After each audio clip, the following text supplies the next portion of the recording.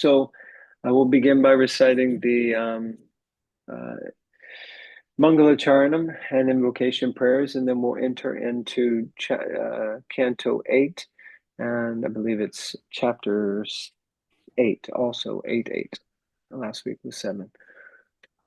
Om Maganatimirandasya Yananjana Shalakaya Chakshurumilitangena Tasmai Shri Guruve Namaha Shri Chaitanya Manobishtam Stapitam Gena Bhutale Swayam Rupa Kadamayam Dadati Swapadantikam Vandeham Shri Gurun Shri Yuta Parakamalam Shri Gurun Vaishnavamscha Shri Rupam Sagrajatam Sahagana Raghunathan Vitam Tam Sajivam Sadvaitam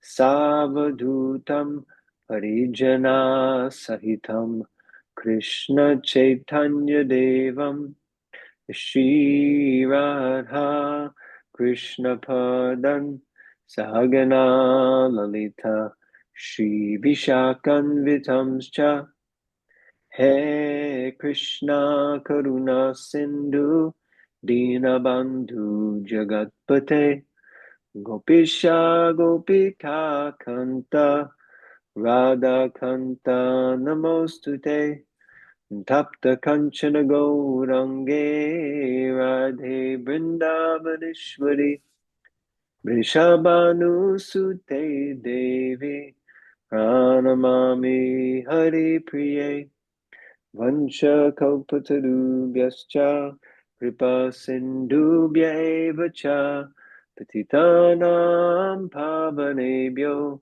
Vaishnavebhyo Namo Namaha Shri Krishna Chaitanya Prabhu Nityananda Shri Advaita Gadadhara Shivazadi Gaura Bhakta Vrinda Hare Krishna Hare Krishna Krishna Krishna Hare Hare Hare Rama Hare Rama Rama Rama Hare Hare Om Namo Bhagavate Vasudevaya Om Namo Bhagavate Vasudevaya Om Namo Bhagavate Vasudevaya.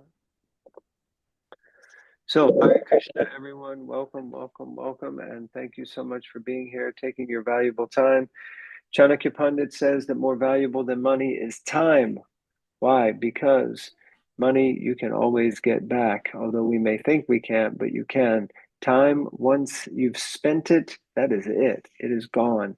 So I would like to congratulate all of you and thank you very much for choosing to spend your valuable time by hearing from the Srimad Bhagavatam, which is the um, method of perfection in Kali Yuga and the place where Lord Krishna went to after he disappeared from his Prakat Leela. So Lord Krishna has entered into this Bhagavatam, the Srimad Bhagavatam being non-different from him. And just to preface today's talk, I was with one devotee earlier today who is in hospital and was spending some time with her. And she used to do a lot of service at the Brooklyn Temple, as I'm based here in New York now. And I told her I'm giving class tomorrow morning at the Brooklyn Temple. And then she said, "Oh, what are you speaking on?" No, I said I'm giving class tomorrow there. And then I mentioned I'm giving class today on the churning of the ocean of milk. And she was like, "Oh, I love that pastime." And then for like about an hour and 15 minutes, we just talked about the ocean of milk pastime. So I already gave my class. You have to go and connect with her and she'll explain everything like that. But actually, she gave most of the class. She was so lit up. And after that, before that, she was feeling very emotional, very distressed, being in hospital. Actually, she's in the emergency ward. And we were discussing last night when I went to visit her that that emergency ward is definitely like going to a hellish planet. I mean, it is just Yamaraj's people are in full swing, just inflicting so much torture on so many people are getting, yeah, just tortured. Such a heavy, heavy place. Anyway, moving on to the churning of the ocean of milk. Hare Krishna. Okay, so I see you gave me, I think, co-sharing rights. So let me just, oh, interesting. Why is that not?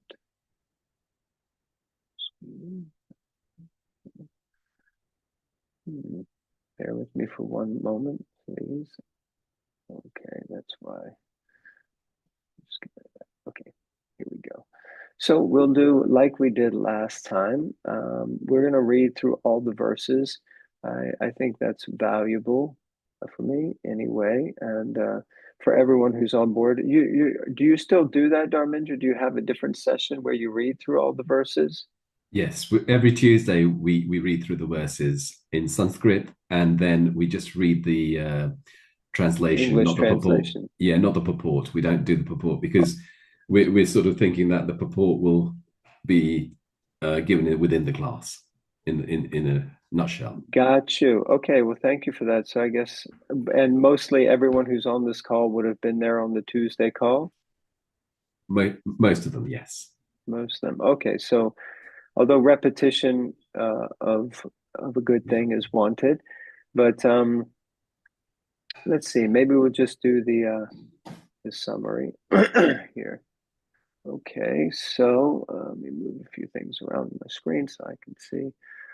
All right, so we'll just do a little summary of this, and then I also have something before we get into it.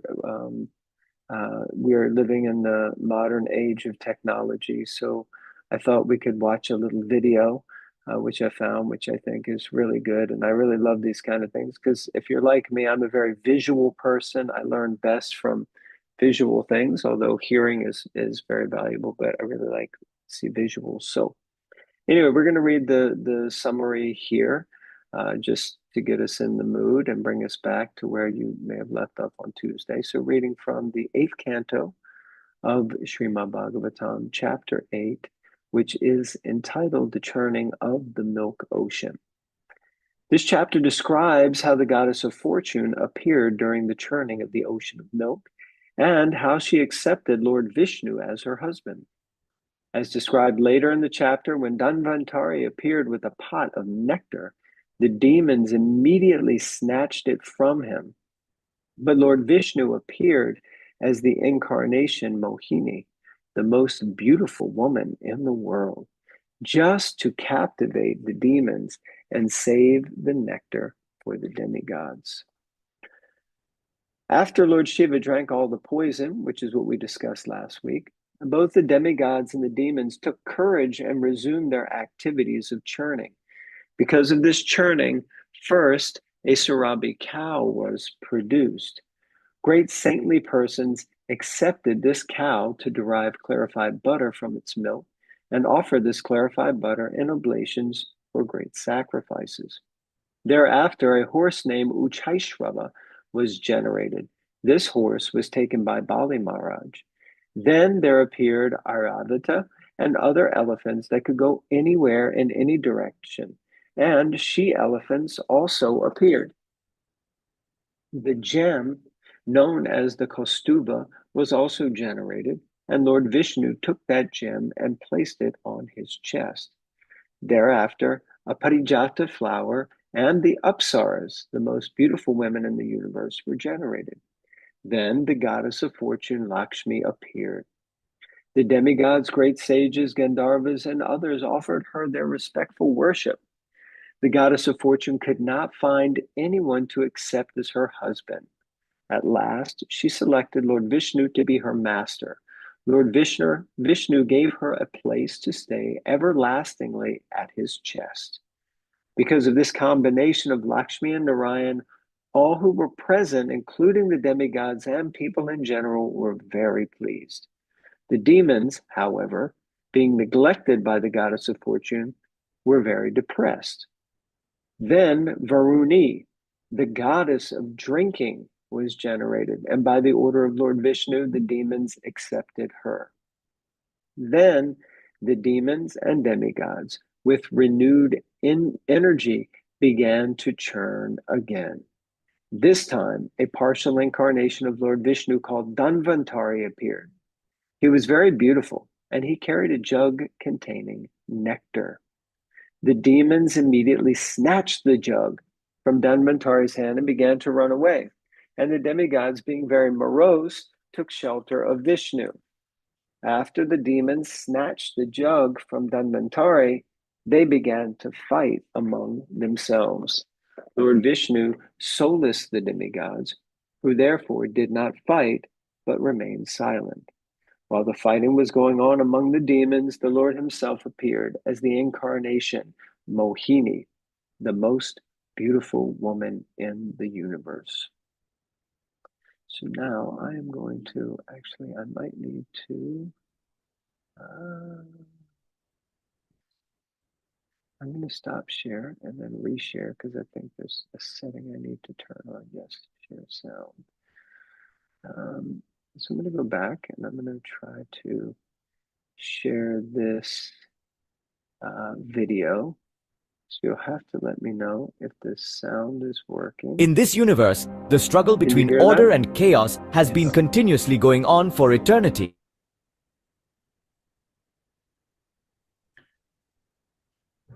It stopped Prabhu at the moment. It stopped, Prabhuji. No sound now. I think it's on There's no sound. pause. It's on pause, Prabhu, I think. Can you hear it? No. No. Oh, really? So when I went to full screen, it disappeared, huh? Yeah, we can't see full screen at the moment, Prabhu. It's just still as it is, and I think it's paused. Okay, let me, okay, so you could still see it, but the sound disappeared, is that right? Yes. That's correct. Yes. Okay, so let me do something else. Share advanced.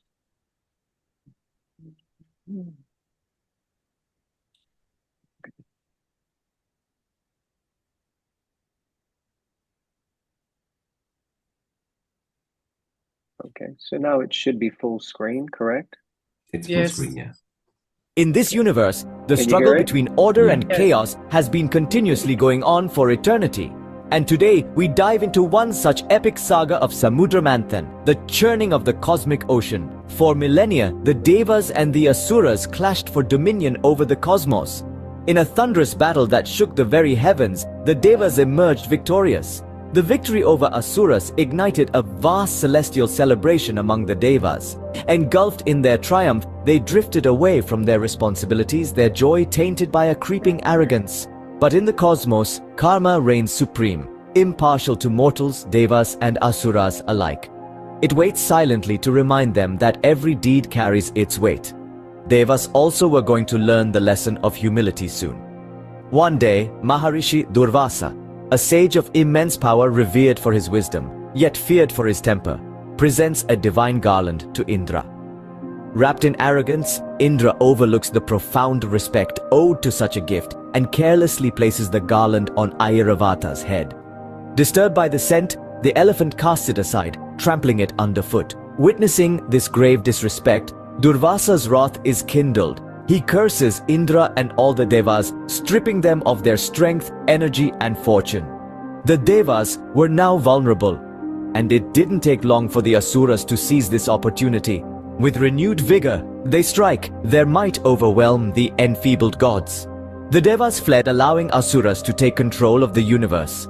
In their hour of need, the Devas turned to Lord Vishnu, the preserver of the universe, who advised them to churn the cosmic ocean of milk, Kshira Sagara, and obtain Amrit, the nectar of immortality.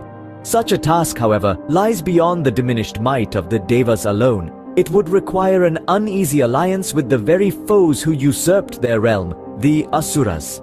Though hesitant, both the Devas and Asuras, bound by desperation and the allure of immortality, agreed to the arrangement, understanding the potential gains. A churning rod was needed, and what better than the towering Mount Mandara, the majestic mountain, with its peaks kissing the heavens and roots delving deep into the earth, was chosen to stir the cosmic ocean, Kshira Sagara. But a rod alone couldn't churn the vast cosmic ocean. They needed a rope, and so they turned to Vasuki, the king of serpents. Unfurling his enormous body, Vasuki wrapped around the mountain, his scales glistening in the ethereal light of the cosmos. With the Devas at one end and the Asuras at the other, the churning began. Yet the colossal task was fraught with challenges. The weight of Mount Mandara was too much, and it began to sink into the endless cosmic ocean. Seeing this, Lord Vishnu took the form of Kurma, a giant turtle. With his immense strength, he bore the weight of the mountain on his back, ensuring it would not sink and the churning could continue. The ocean frothed and roiled under the strain of the churning. Something unexpected happened. Instead of the anticipated nectar, a deadly poison, hala hala, emerged. A swirling mass of lethal fumes and liquid, it threatened to consume all of creation in its deadly grasp. Faced with this dire threat, Lord Shiva stepped forth to save all creation. In an act of unparalleled sacrifice, he consumes the deadly poison. When the poison started descending into Lord Shiva's throat, Devi Parvati, his consort and the source of all forms of energy in the universe, swiftly intervened and halted it, preventing it from going any further. The poison stayed in his throat, which turned it blue, earning him the name Nilkanth, the one with the blue throat, and Visakantha, the one who held poison in his throat. So the churning of the cosmic ocean resumed again. Soon emerged an array of divine entities and treasures, each more magnificent than the last. The first to appear was Kamadhenu, the wish-fulfilling cow, a symbol of prosperity and abundance. It was gifted to the sages by the Devas. Following Kamadhenu, the beautiful seven-headed divine horse, Uchchaishravas, emerged. Known for its speed and grace, Uchchaishravas was a sight to behold and was given to the Asuras. Then came the moment that from the ocean emerged the goddess of wealth and prosperity, Devi Lakshmi. Her emergence brought prosperity across the universe. Devi Lakshmi then chose Lord Vishnu as her consort, symbolizing the eternal union of prosperity and preservation. Following this, Airavata, the majestic white elephant of Lord Indra, emerged again, uniting with his master. Soon, many such divine things emerged one after another. The resplendent Kaustuba mani that adorns Lord Vishnu's chest, Parijat, the celestial tree with fragrant blossoms, divine Apsaras, enchanting damsels, Varuni, the goddess of wine, and Sharanga, the formidable bow of Lord Vishnu. At last emerged Dhanvantari, the god of Ayurveda and divine physician, bearing the coveted Amrita, the nectar of immortality. As the divine nectar came into view, the Devas and Asuras completely forgot their alliance and, consumed by their desire for immortality, raced towards Dhanvantari, desperate to claim the pot of Amrita. In the chaos, the Asuras managed to seize the pot, their hands trembling with anticipation as they grasped the vessel containing the precious Amrita. However, Lord Vishnu could not permit the Asuras to attain immortality. Aware of their turbulent and destructive tendencies, allowing them to obtain the nectar would inevitably lead to calamity and chaos spreading throughout the universe. To safeguard the universe from impending chaos, Lord Vishnu assumed the alluring guise of Mohini, a mesmerizing and enchanting woman.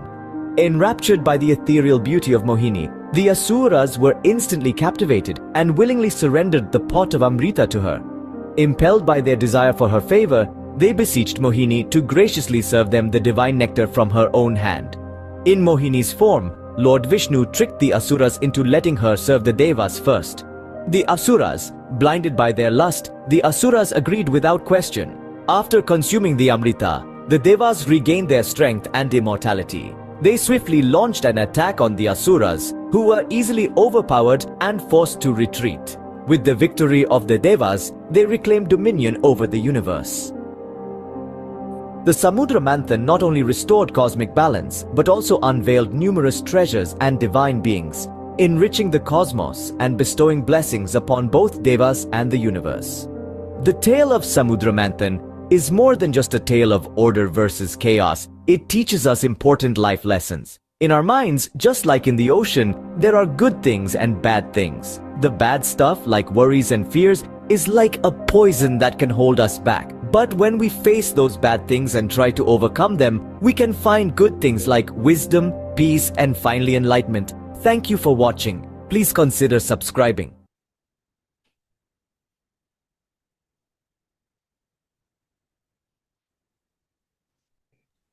Sorry, Jai. Nice video, nice graphics. Oops. Let me, okay. So, yeah, I just thought it was a nice, nice beginning and opening. Nice to see. I like the visuals. You can see they used a lot of AI in the creation of that little pastime story.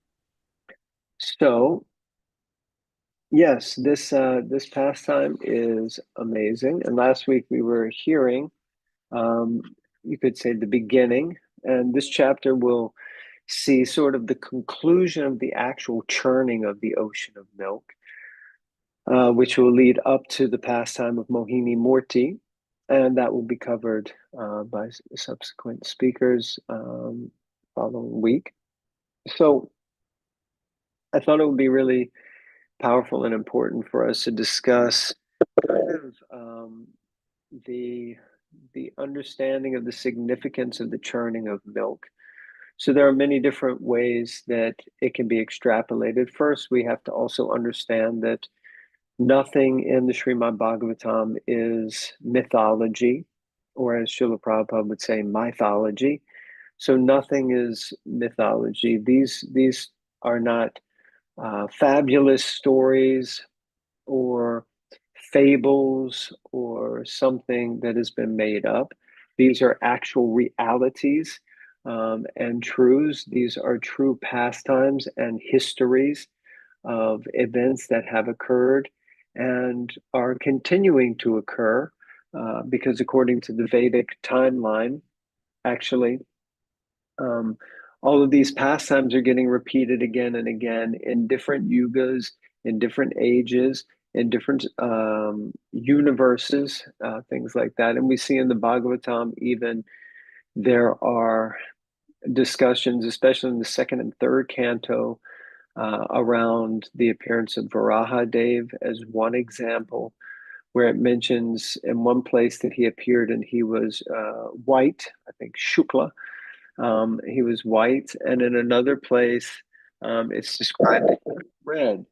And the acharyas explained that actually these are different manifestations of Varahadev in different yugas, or rather in different universes or different ages, different time periods, but still the same incarnation. So yada yada hi dharmasya glanir bhavati bharata, that the Lord, he appears again and again and again in order to reestablish the principles of religion.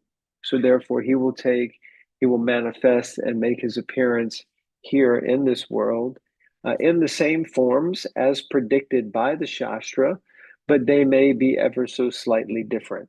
Just like we hear that Lord Chaitanya, he appears once in a day of Lord Brahma. And so that one time of his appearance has occurred. We're most blessed that it occurred just 532-3 years ago in West Bengal. But Lord Chaitanya appears in every Kali Yuga, or the hidden avatar appears in every Kali Yuga, but it's not always the same. Just like prior to Lord Chaitanya's appearance once in a day of Lord Brahma, Krishna appears in the Dwapara Yuga before the Kali Yuga. And that Krishna, before Lord Chaitanya appears, is the Swayam Bhagavan Krishna. So like that, we can understand. But there are other Krishnas that appear that may be plenary portions. So like this, it is not such a linear experience as we may think of it, or we may like to think of it. The Bhagavatam is actually very, I think the term is like omega. It's very spread out. It pulls from over here, and it's not like a structured timeline of beginning to end. The only thing that is actually keeping a continuity of a timeline in the Bhagavatam is the fact that the sages of Naimisharanya are having a conversation with Shaunaka Rishi as their representative and Sutta Goswami as the speaker, and they're discussing a conversation that had recently happened with Parikshit Maharaj and Shukadev Goswami. So that is an underlying consistent timeline, but the topics that are discussed are very spread out across different yugas, across maybe even different universes like that. So this pastime is a history, it is a truth, it is a real thing that has happened and is happening somewhere in the universe.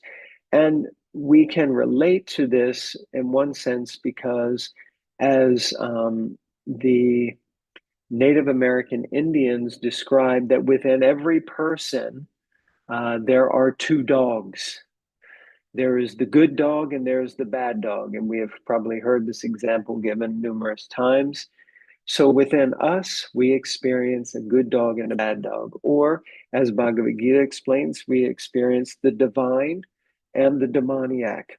So these natures are there within us.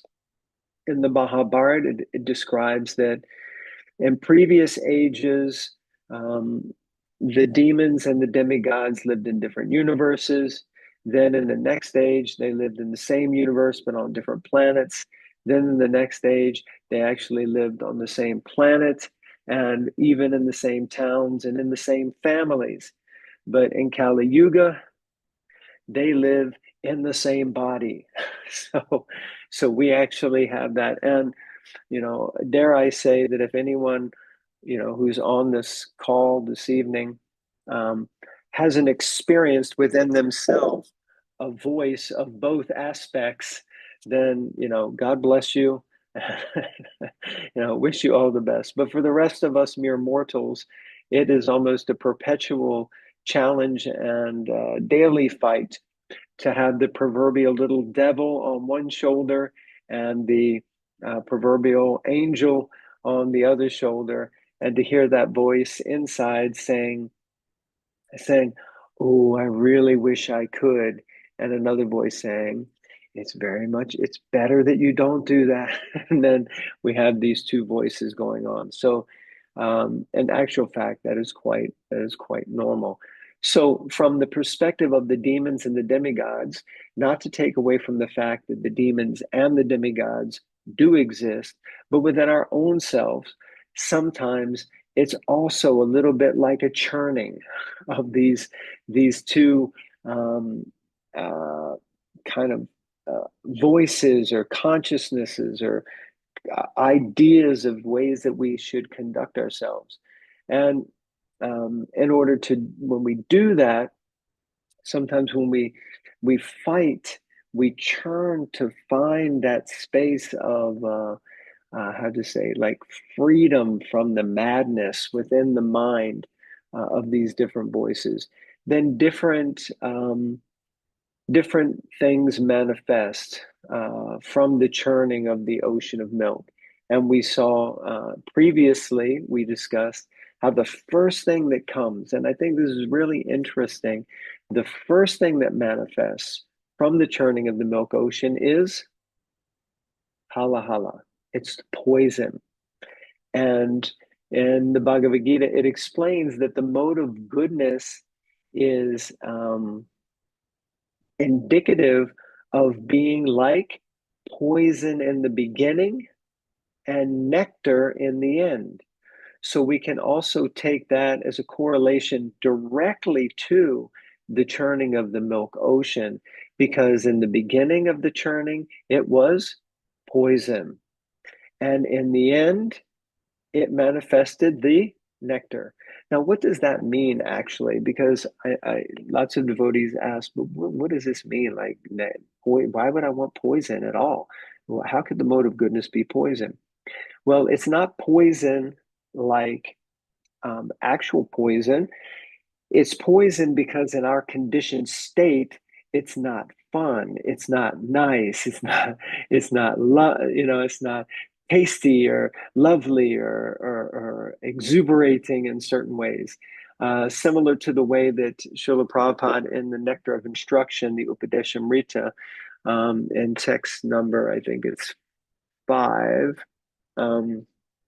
describes how the holy name is also, in the beginning, it may appear bitter. It may be difficult to chant 16 rounds in one go, or to chant more than 16 rounds. Sometimes we may be just in the mood of, let me just get the chanting done so that it's out of the way. But that's a jaundice experience. The holy name is full of flavor and full of taste, but to one who has jaundice, just like sugar, to a jaundiced man tastes bitter. So in the same way, the holy name to a neophyte, to a jaundiced person, to a person who is still contaminated and conditioned by the material energy, the holy name may also taste bitter. So what is the cure for that bitterness in the beginning? Prabhupada would say that the cure for bad chanting is more chanting. So it's not that we say, I remember I met a gentleman once, and he spent quite an amount of time trying to convince me how it was much more important for him to chant one good round every day than to try to chant 16 rounds where the other 15 were probably going to be distracted. And he said, no, I can focus for one round. And so I just chant one good round every day. And I thought, well, that's an easy cop out. I would really have liked to have heard what Srila Prabhupada said to that comment.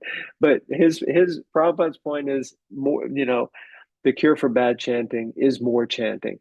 So we should keep chanting and chant more. So in the beginning, something that is ultimately good for us and is ultimately filled with immense relish and spiritual nourishment may in the beginning taste like poison. It may be like, oh, I really don't want to do this. I don't have time. I don't have inclination. I have no taste for it. It doesn't light me up. It doesn't fire me up. But if we go through that, because a lot of this is just mental concoction creating blockages that prevent us. So just like if you remember in this pastime, first they had to get the churning rod, and Mandala Mountain wouldn't sit properly. So, but because they were determined in their mood of cooperation and truce. But see, this is also every aspect that you speak about. It's just so, because the truce, for us to make spiritual progress, to churn the ocean of milk, we have to find some way to create a truce between the good dog and the bad dog. Otherwise, they're just fighting with one another perpetually. As again, the Gita explains that the modes of material nature are constantly fighting for supremacy. So when they get the truce and they keep trying, the mountain but when we cooperate, when we find that space, then Krishna, especially if we go to Krishna, we pray to Krishna for his intervention, then he intervenes. And he first intervenes as Kurma, the tortoise, and he has the mountain on his back. But then you've got Vasuki, the churning rod, the snake, and he starts breathing fire and causing havoc. So I mean, tell me, anyone on this call, if your life has been free from opposition, obstacles, difficulties or challenges, tests, in fact, you cannot live in the material world. This is why the material world is called Kunta, because it is a world of anxiety and distress. There is perpetual challenge and difficulty. But for a devotee, every challenge, every obstacle, every opposition is actually simply an opportunity for making spiritual progress. It's described that we do not get muscles. You can see my big muscles here. You don't get big muscles like this without opposition. Bodybuilders, they get stronger because of resistance. And the material energy is very happy to provide us with much resistance. All the time there is some resistance. I have to get from point A to point B, and I get nothing but red lights and traffic jams, or I get, that my card doesn't work on the subway, or whatever happens, someone calls, it's late, I have to get here. There's always some opposition. So Krishna is perpetually giving us opportunities to show him that within our mind, within our consciousness, we are going to place our faith in him and our trust in him, while at the same time making an endeavor externally to try to please him. So it doesn't mean that we just go, oh, anyway, some opposition is always there. I'm always late traveling, so I'll just leave an hour later and not care about it. That's not correct either. This is the balance between the demon and the demigod within us, the divine and the demoniac, that we have to endeavor to please Krishna with all our heart, with all of our energy, with all our enthusiasm. But we also have to know that ultimately it's up to him, and to try not to get disturbed and allow that demoniac nature. One devotee here, he'd be familiar with the Chuta Gopi.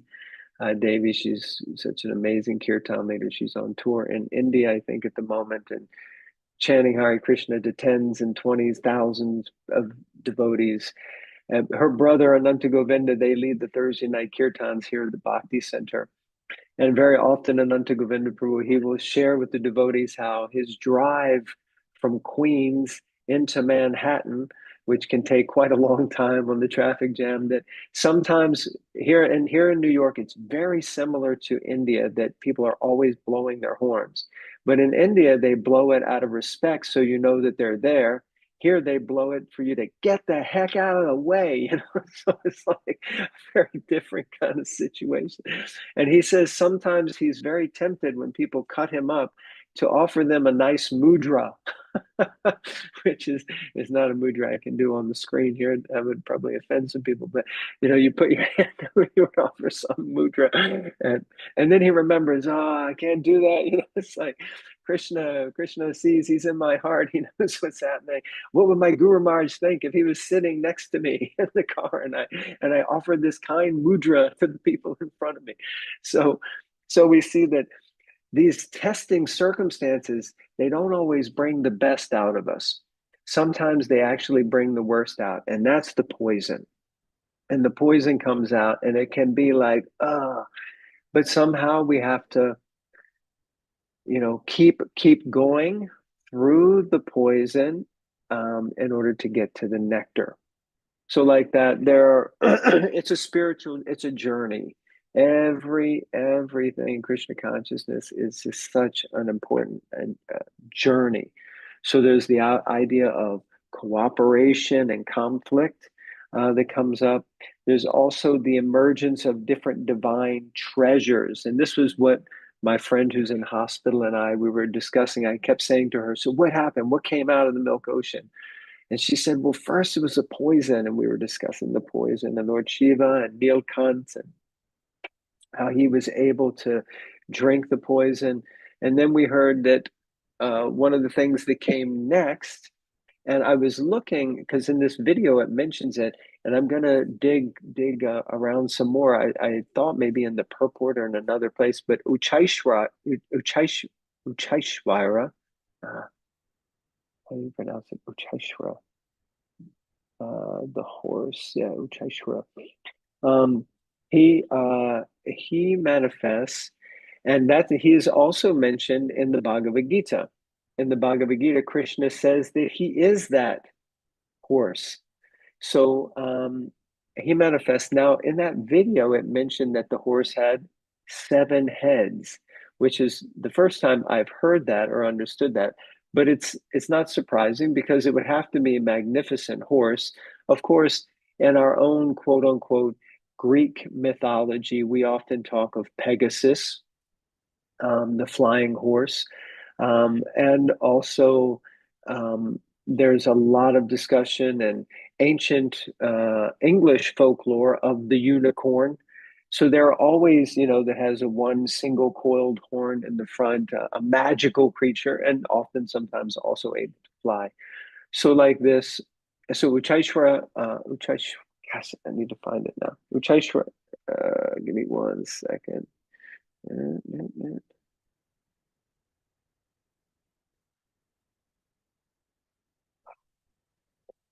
It is Uchaishwara. It is, yeah, Uchaishrava. It's Shrava, Uchaishrava, Uchaishrava, Uchaishrava. Thank you, Uchaishrava, Uchaishrava. So Uchaishrava appeared, and then and now who got Uchaishrava?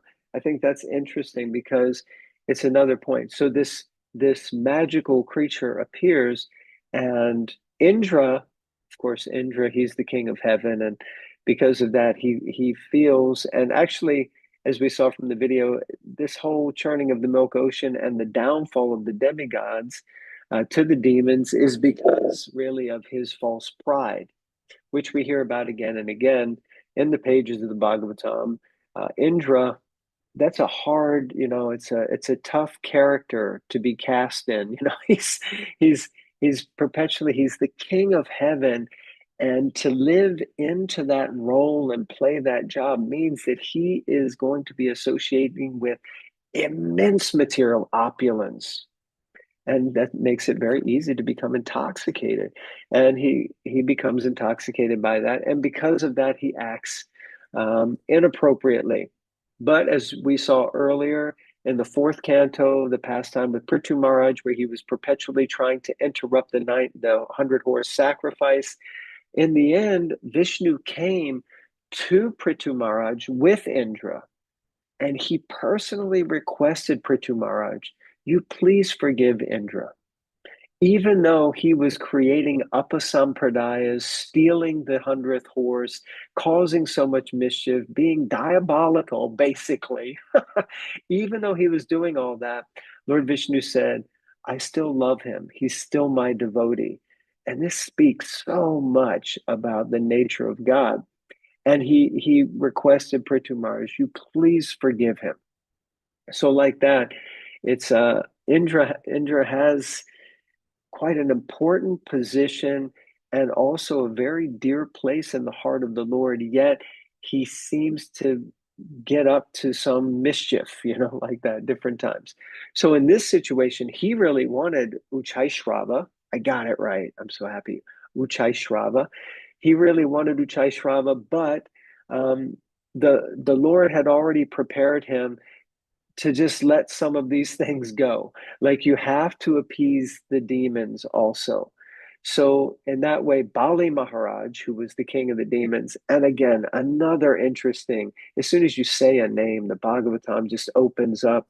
So who's Bali Maharaj? Bali Maharaj he's the grandson of Prahlad Maharaj.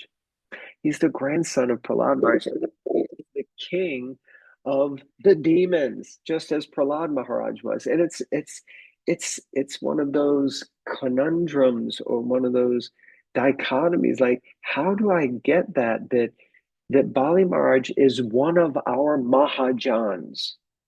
He is one of our Mahajans. He is the Mahajan of Atmanavedanam. He's the Mahajan of complete surrender, and he's the king of the demons. Bhishma Dev is also a Mahajan, and he was on the side opposing Krishna. He was fighting for the demons, and in fact, Duryodhana and the Kauravas. So like this, sometimes we really have to see that just because something may appear externally one way does not mean that it is the way that we think on a deeper level. And Krishna's vision is so vastly more encompassing and unique than ours. Dinabandhu Prabhu from Vrindavan, he gave this beautiful example of how the difference between the way Krishna sees the world and the way we see the world. And he used the example of a tapestry. And he described that a tapestry, if you know what a tapestry, like it's a knit, um, like wall mounted, almost looks like a painting, but it's a tapestry, very, sometimes with mirrors and lots of different colors and fabrics. If you look at the bottom or the backside of a tapestry, there's all these knots, there's all these frills of, it just looks monotonous. It looks chaotic. It doesn't look like art at all, is not attractive. That's the way we see. But Krishna, he sees from the top of the tapestry, from the front of the tapestry. And what does that mean? It means that he is seeing the amazing organization of the way everything is laid out. He's not looking behind the scenes. He's looking at how everything is working perfectly and how he's using every single person perfectly in his service. So in this way, Indra, Ruchaishrava, Bali Maharaj is in the mix as the king of the demons. And then what comes next? Oh, Aravitas. Gosh, why am I having so much trouble? It's like one of those things when you say it fast, it goes. So Aravito, Airavita, AIR, long AVATA, Airavita. So Airavita appears, and Indra says, "Yeah, I'll have him." So he takes Airavita, and basically, which is the king of the elephants, and he has 4 tusks. So this is also interesting, similar to, we have elephants, and I don't know if anyone here has been in the presence of an elephant, but they are exceptionally majestic creatures, and probably the closest I think I'll ever get to being around something that's like a dinosaur or something. They're just massive creatures. But if you see what used to be called woolly mammoths, sometimes they have these things if you go to the Natural History Museum, and they were massive elephants. And I think they do have some that also had maybe 4 tusks. At least they had 2 massive tusks. So, but Aravita, he can move about as he likes. And along with him appeared another 8 great elephants, as well as their she elephants. Then next came this Kaustuba Mani, the Kaustuba gem, and the Padmaraga Mani. And basically, Lord Vishnu said, "I'll have those." So he took both of those and placed it on his chest. And let's see, then the Parijata flower, or the Parijata tree, which we know later also there's a whole pastime, and I'm realizing our time is almost up and I'm only just getting started. So you can see how easy it was for Shukadev Goswami to speak for 7 days to Parikshit Maharaj. Yeah, the Parijata tree. Okay, sorry, Jay. Thank you for joining in. Then the Apsaras, which also very interesting. Prabhupada explains in the translation there, he says, who are used as prostitutes on the heavenly planets. Look at that. We think generally if someone says you're a prostitute, it's a very low class, degraded, it's a derogatory thing. But the Apsaras, of which some of them are the mothers of some of the greatest heroes in the Bhagavatam. Anyway, so like that. But here they play the role of ladies who, give pleasure to to Indra and to the important demigods like that. So they're churned out of the milk ocean. Who else comes? Then the goddess of fortune appears. Yes, after the Apsaras, all these beautiful, beautiful, attractive women. Then another beautiful, attractive lady, Lakshmi Devi, she appears. Rama, she is the giver of pleasure and absolutely dedicated to being enjoyed by the Supreme Personality of Godhead. So then the Lord said, yes, you can join me. You can always be eternally situated on my chest. And they began worshiping her. And then, yes, whereas the great sages perform bathing ceremony. Yes. Gosh, that's amazing. Yep, all the Vishwakarma, the Prajapatis, Mother Lakshmi. Yes, so much about the goddess of fortune. And here, okay, so they worshipped goddess of fortune. Sorry, just trying to rush through now as we have. Okay. Varuna. Yes, thank you. So then next is Varuni, not Varuna. Varuni is the person who gives Varuna. Varuni, yeah, the lotus eye goddess who controls drunkards. So this propensity or proclivity for intoxication is manifested, and who gets that? The demons.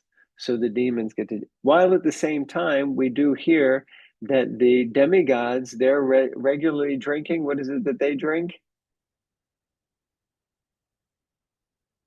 Somaras. Somaras, yes. So they're also taking some regular intoxication. So Bali Maharaj took possession of Varuni.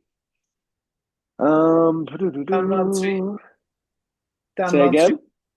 Yes, and then finally Dhanvantari appears, and he brings the pot of nectar.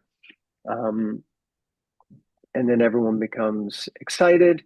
And of course, then what happens is when the nectar starts to come, and this is the same for us, that sometimes after all the churning, all the different things coming out, then we finally get to the nectar, and then the real battle begins between the demoniac and the divine, in the sense that the demons, they were like, without hesitation, it's ours, and we're going to steal it. And they did. And so they took the pot of nectar, and their intention was to engage it in their own service. And even though they had entered into an agreement with the demigods that they would churn and work together to get the nectar, in the end, that demoniac propensity, that demoniac nature, the propensity to cheat, which is there present in each and every one of us, unfortunately, as fallible human beings, yeah, that sometimes can override our best intentions and previous agreements and lead us into fall down. So basically, the demigods run off with this. The demons run off with it. The demigods become morose, which I thought was an interesting term. But they, in their moroseness, they approach Vishnu and they say, "Now, what are we supposed to do?" Which is the nature of the demigods, the nature of divinity, is that no matter what happens, we're always saying, "Okay, Krishna, what do we do now? We're dependent on you. We take shelter of you. Please guide us. Please help us. Please give us the strength to cope with this. Please give us, whatever we need, what we need to learn. Please help us to learn from this." And then the Lord, who appreciates that mood and mentality, he manifested himself as Mohini Murti. And it's very interesting that this comes up now. And I love this because I'm also reading with another group of devotees a book called the Brihad Bhagavatamrita. And the Brihad Bhagavatamrita, which I cannot recommend enough, a very powerful, potent scripture given to us by Srila Sanatana Goswami. And that I've just been reading about how Gopakumar, he pierces through the material plane and he finds himself in the realm of Prakriti. And in the realm of Prakriti, that realm is ruled over by Mohini Murti. So he comes face to face with Mohini Murti there. Now, of course, we know in another place, Lord Shiva, he's meditating and he's praying to Krishna. I really would like to see this form of Mohini Murti, just to see how beautiful she actually is. And of course, Lord Shiva is understood to be a most self-controlled man. Even Parvati can be how to say, anyway, she can be trying to entice him, and he's not bothered. He remains Dhira. But as soon as Krishna manifested for Lord Shiva's pleasure, the form of Mohini Morti, he just went bonkers. Actually, he became overwhelmed with lust and began chasing after her like, a lusty schoolboy, chasing after someone. And he was just overcome by her beauty. So I remember in my brahmachari days, it was like, we don't talk about Mohini Morty, okay, guys? We just leave her out of the picture. It's none of this, that's a form. Of course, there was one devotee I remember he used to say, which yuga do we worship Mohini Morty? We need to get a deity of Mohini Morty. Anyway, not really the best topic for discussion, but it is a manifestation of the Lord. And I found it very intriguing reading through Brihad Bhagavatamrita. This is the second time I'm reading it, but I didn't remember that Mohini Murti was the presiding deity of the lair of Prakriti. Okay, anyway, we have 1 minute left. I didn't really leave much time for questions and answers, and I just rambled on quite a lot. Please forgive me. Wasn't as structured as I had hoped to deliver, but hopefully something that I said made sense. And I see one question has come up. Yes, Janukanya Prabhu or Mataji.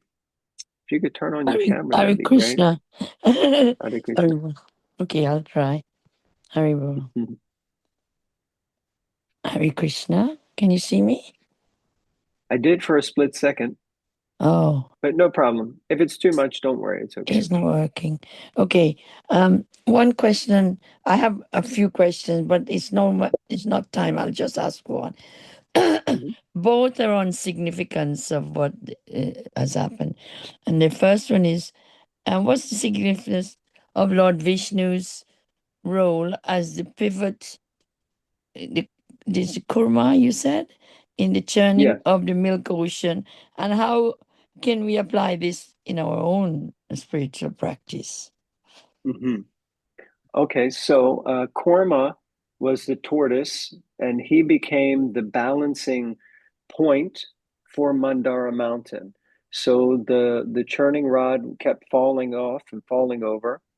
So Lord Vishnu himself became Korma, and he took the position underneath Mount Mandara, and like that. And even though the churning rod was going like this, and it was causing him some distress, but the interesting thing, as explained in the Bhagavatam, is that even though he was experiencing some distress, he said, no, it's okay. I'm all right. I've just got a little itch back there, and that's the perfect kind of back scratcher, just to take care of that little itch that I've got. So now your question is, how does that relate to us? Well, first and foremost, we have to understand that we're not Krishna. It's unlikely that we can manifest ourselves as Korma.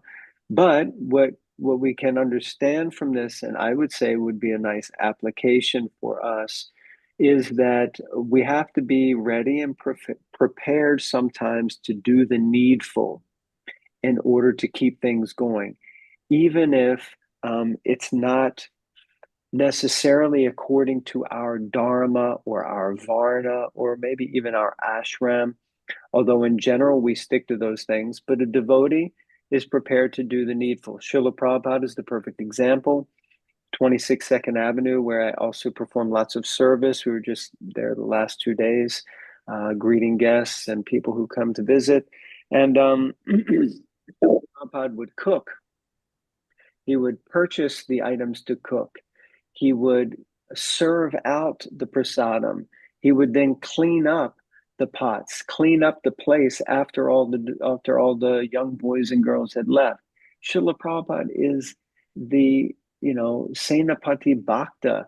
He is the pure devotee sent by Krishna. He should not be cleaning the pots. He should not necessarily be serving. But Prabhupada, according to time, place, and circumstance, was prepared to do the needful, and he wasn't complaining. And it was only when one of the devotees said, Swamiji, I just noticed we all leave. Well, what happens to all the pots and all the dirty plates and everything? And he says, I clean them up.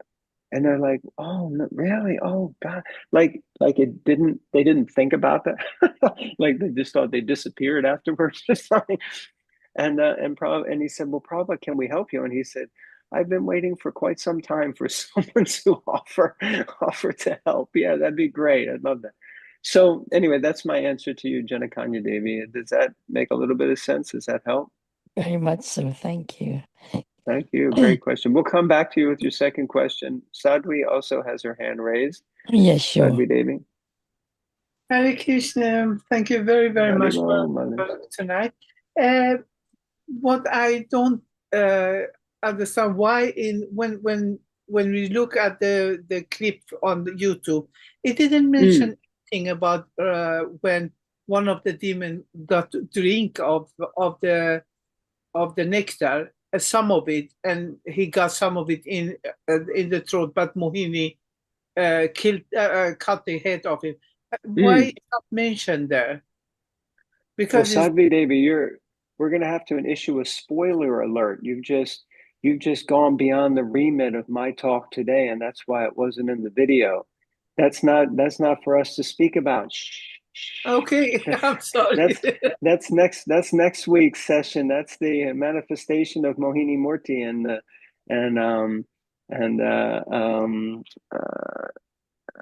why did I just forget his name? Wow. Yeah. Anyway, so that's next week. Please forgive me. No problem. You're so eager. sorry. You're reading ahead. You're a good student. You're already reading ahead. You're really learning the Bhagavatam. No, I'm just teasing with you. If Dharmendra is still there, if we still have time, unless someone else is going to ask, I see Kusum Modad. Yeah. Yeah. Hare Krishna Prabhu. Yeah. We miss you at Radha Ladineshwar temple. Hare Krishna. Hare Krishna. Yeah, Prabhu, in the introduction it says some items were created, some appeared. So how do we understand that? I'd have to see which one that was specifically, but like the apsaras were created. I think it said. So the apsaras were created, and some other things. Some others just appeared. Yeah. Yeah, I'm going to have to be honest and say that I don't know that I have an exact answer for that. Although we see that generally in the material world, I guess you have many things that appear to be created by the kind of coming together of different elements and like that. But then we may also have experience of something just seeming to appear out of nowhere, or where did that come from?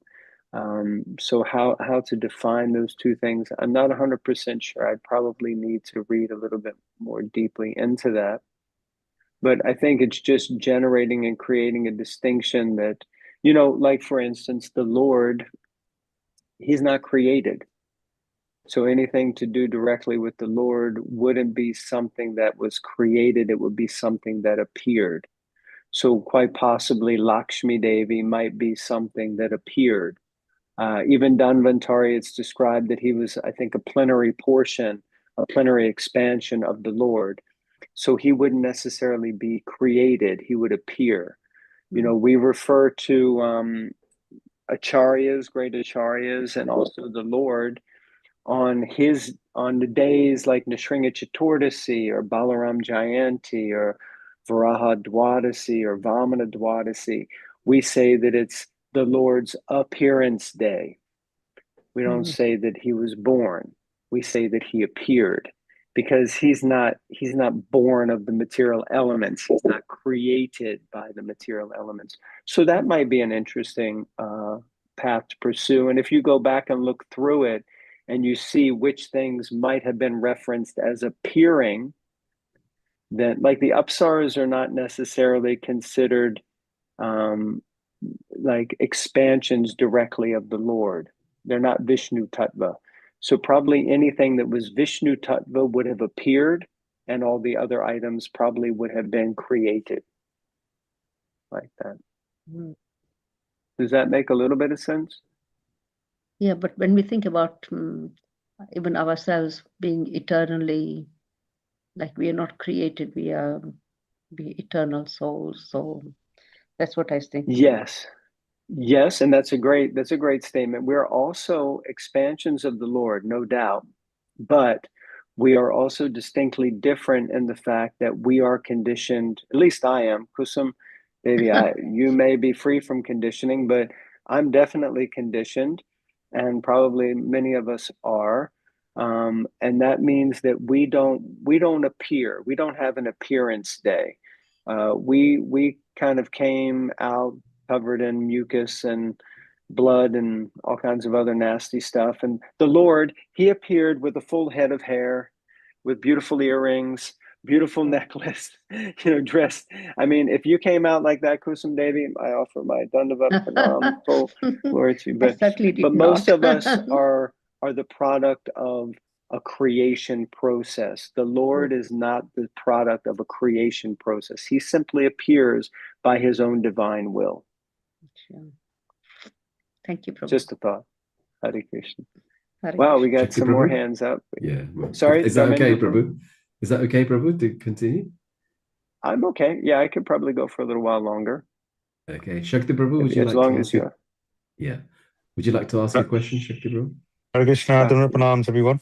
Sorry, I was listening on a different device, so you might think, where's this username come from? But yeah, my question was, when Lord Shivji, when he started running after Mohini Murti, as per the Leela, yeah. I want to be really careful how I word this because I don't want to obviously offend. But what was Parvati Mata's reaction when she must have, if she didn't see it, she must have heard that, oh, that's what happened. Like, is there any description of what her reaction was? Yeah, I'd have to look that up in the Bhagavatam, and I'm trying to remember. For some reason, I'm thinking that's also in the 8th canto, but it may be in a different place.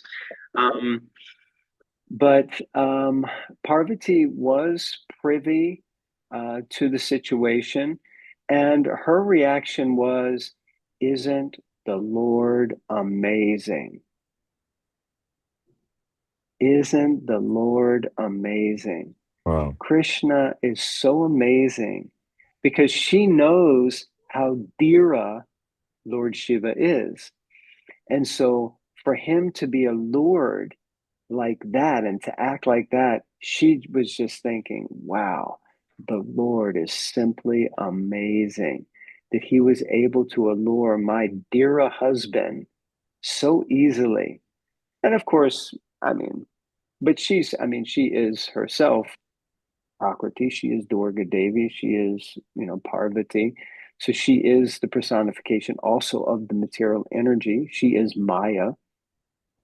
But she could see and understand that although she is the supreme alluring factor for all jivas in the world, but Krishna, he allures even her husband, who's not even. Lost my earpod just died. Let me put my she was just in amazement. She thought Krishna is incredible. So she was grateful. But she may have also been thinking, but I'd have to read the pastime and read the purports. So but that's for sure. That's there mentioned that she was just in amazement at the word. All right, thanks. Thanks for sharing. And thanks for coming on again 2 weeks in a row. Oh, sorry. Oh, I was just going to say, at least we forget that the word Krishna actually means the all-attractive. So he is the all-attractive potency within anything and everything. So when it comes to the alluring or attractive feature of the fairer sex, let's say, the fairer gender, then he is the personification of that. So like that. I think Panchali Kar, it also has her hand raised so patiently. Hare Krishna Prabhuji, please accept my Is that Panchali? Is that you? It is the same Panchali Prabhuji, and we do. I completely agree with Kusumataji. We do miss you here in Radha Londoneshwara. So nice to be able to, be in your class, and thank you for the wonderful class as always. Thank you for missing me. I miss me too. And yeah, so if I'm there in New York, I'll definitely come and visit you. Please.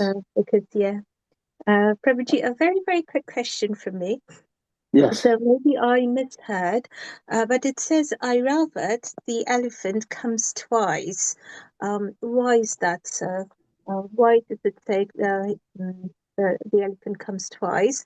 And the second quick question is, and again, I may be wrong, and I may have heard wrong, that Lord Shiva, the reason he keeps the halal poison in his throat and doesn't allow it to go anywhere down is because of his reverence towards the Paramatma, the Lord, and he doesn't want to cause any disturbance or distress to the Lord or offense to the Lord.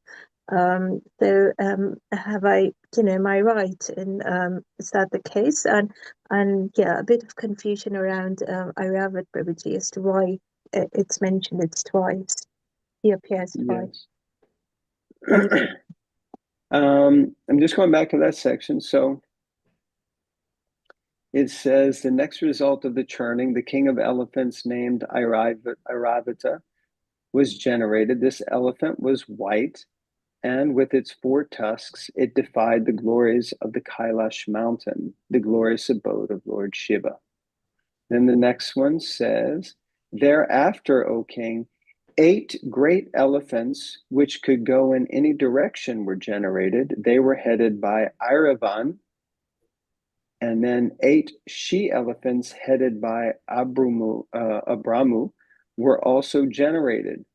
The names of the 8 elephants were Airavan, Pundarik, Vamana, Kamuda, Anjana, Pushpadanta, Sarvabhauma, and Supratika. Then the next one goes on to talk about the celebrated gems. So I don't see that Airavata appeared twice. There was Airavata, and then there were 8 other elephants that were headed by someone whose name was similar to Airavata, but it was Airavana. Okay. So I don't think they're the same elephant. Okay. Yeah. So unless there was somewhere that you saw or read or heard or understood that Airavata specifically appeared twice, I think they're different individual elephants. No, I probably misheard it, Prabhuji. My fault. Thank you for explaining.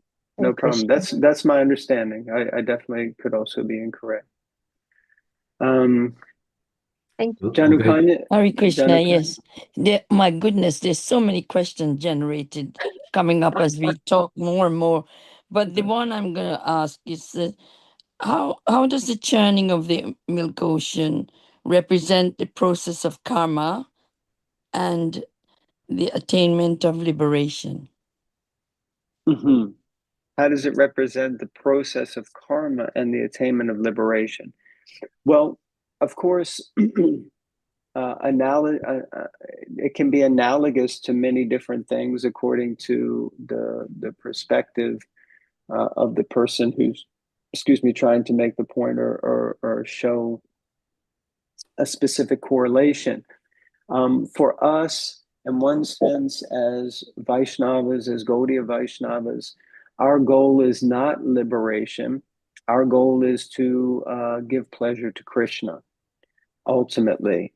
And in the same way, we see that Krishna's goal or Vishnu's goal in the churning of this milk ocean was to give pleasure to his devotees. But at the same time, he understood he also had to give some things to the demons. Just like for us, sometimes there's a saying, Prabhupada said that sense gratification should be like salt in the life of a devotee. That if we try to eat food without any salt, then it's going to be very bland. But if we, and because it's bland, then we probably won't like it and we won't eat it. So we have to add a little salt. But if we add too much salt, it's also not going to be edible. So in that sense, he described that there may need to be a little bit of that. So in this sense, for the demons, sometimes they have to be appeased. Sometimes there has to be the appeasement of that demoniac tendency in us, not in a drastic way, but in a way, like some senior devotees say, that sometimes you just have to say to the mind, or good example, Shastric example, Haridas Thakur, when the prostitute was sent to try to allure him, he kept saying, yes, yes, yes, I really want to enjoy with you. I'm happy to enjoy with you. I will definitely enjoy with you as soon as I finish my rounds. And then he would just keep chanting. And so like that, sometimes we also have to try to appease the mind, like, yes, yes, yes, no problem here. Have a little salt, just, I'll get to you in a minute kind of thing, so like that. So how does it work for us, Churning? Because we also have to, our life in Krishna consciousness, aspiring to come to a platform of becoming a sincere servant of the Lord, means that lots of stuff is going to get churned up in the heart. Bhaktivinoda Thakur describes this as the cleaning of an attic. And he says that if you have an attic where you've been storing things for like 5, 10, 15, 20 years, some of us have those places, closets or basements or under the bed or behind the settee or wherever it is, where we haven't been for a long time. And if you pull out the sofa, you open the door, you go into the attic, and you look, you're like, okay, everything's here, everything's settled, the dust is all settled, it seems like it's okay. But if you start to clean, then the dust starts to go into the air, and then you see more dirt, and then you see, oh, this is out of place, that's out of place, all this. And that's what happens. When we start to churn, these things are going to come up. And some of them in the attic, you may find some beautiful jewels in a sense of like, oh, look at this picture from when I was 5 years old. Look at this photo of my mother. Look at this old record album. Look at this thing. You may find some jewels, but you may also find a lot of maybe some traumatic stuff, some different things. So in the process of Krishna consciousness, we're going to churn up a lot of anartas, unwanted things also there in the heart. And we're going to have to deal with those and address those so that we can come closer to being pure servants and pure representatives of Krishna. Hare Krishna. Hare Krishna. Thank you very much. That was good. I love the analogy of the clearing up the mess. Yeah, I'm good at making messes, and I'm trying to get better at cleaning them up. Not so easy. So I think that's it from my side, Dharmendra Prabhu, if that works for you. That's perfect. If Prabhuji, if I could ask Maya a question, if that's okay. Oh, is that okay? And then if we'll just go straight to the final prayers, if that's okay. But thank you so much for giving this class, and we'd love to see you once again soon. So my question is, it's following up on that theme. Should we be striving for nectar or just be satisfied with poison? Yeah, well, we should never, in one sense, be satisfied with the poison. The poison will be part of the process, or it may be a partial or temporary experience on the path. But ultimately, the prayojana is to the ultimate goal is to fall in love with Krishna, and that will be nectar at every step. In the spiritual world, every word is a song and every step is a dance. So we shouldn't become content to stay in the material world and experience perpetual poison. We should aspire for going to the spiritual world or attaining spiritual consciousness, which is also a liberation, to attain that spiritual consciousness where we're always eager to hear and chant in the association of devotees and to hear Krishna Katha, to learn more about Krishna, to study the Bhagavatam deeper. So this is all nectar. The poison that we'll have to go through is that I don't have enough time, I don't have enough taste, I don't, all of those things. That's the nectar. So it's not that we should be satisfied with nectar. We should understand that it may be initially part of the process, but we keep feeding the good dog, even though the bad dog is barking so much, and ultimately the good dog will win. Okay, thank you very much, Prabhu. Hare Krishna. Hare If we can all kindly unmute and say our 3 Hari Bols. Hari Bol! Hari Bol! Hari Bol! If I could kindly ask you to say the final prayers, I'll quickly share them on screen like I did last week, if that's okay, Prabhu. Mm-hmm. There you go. I think you can see that now. Hare Krishna. Just now coming. I don't see it. There it comes. There it is.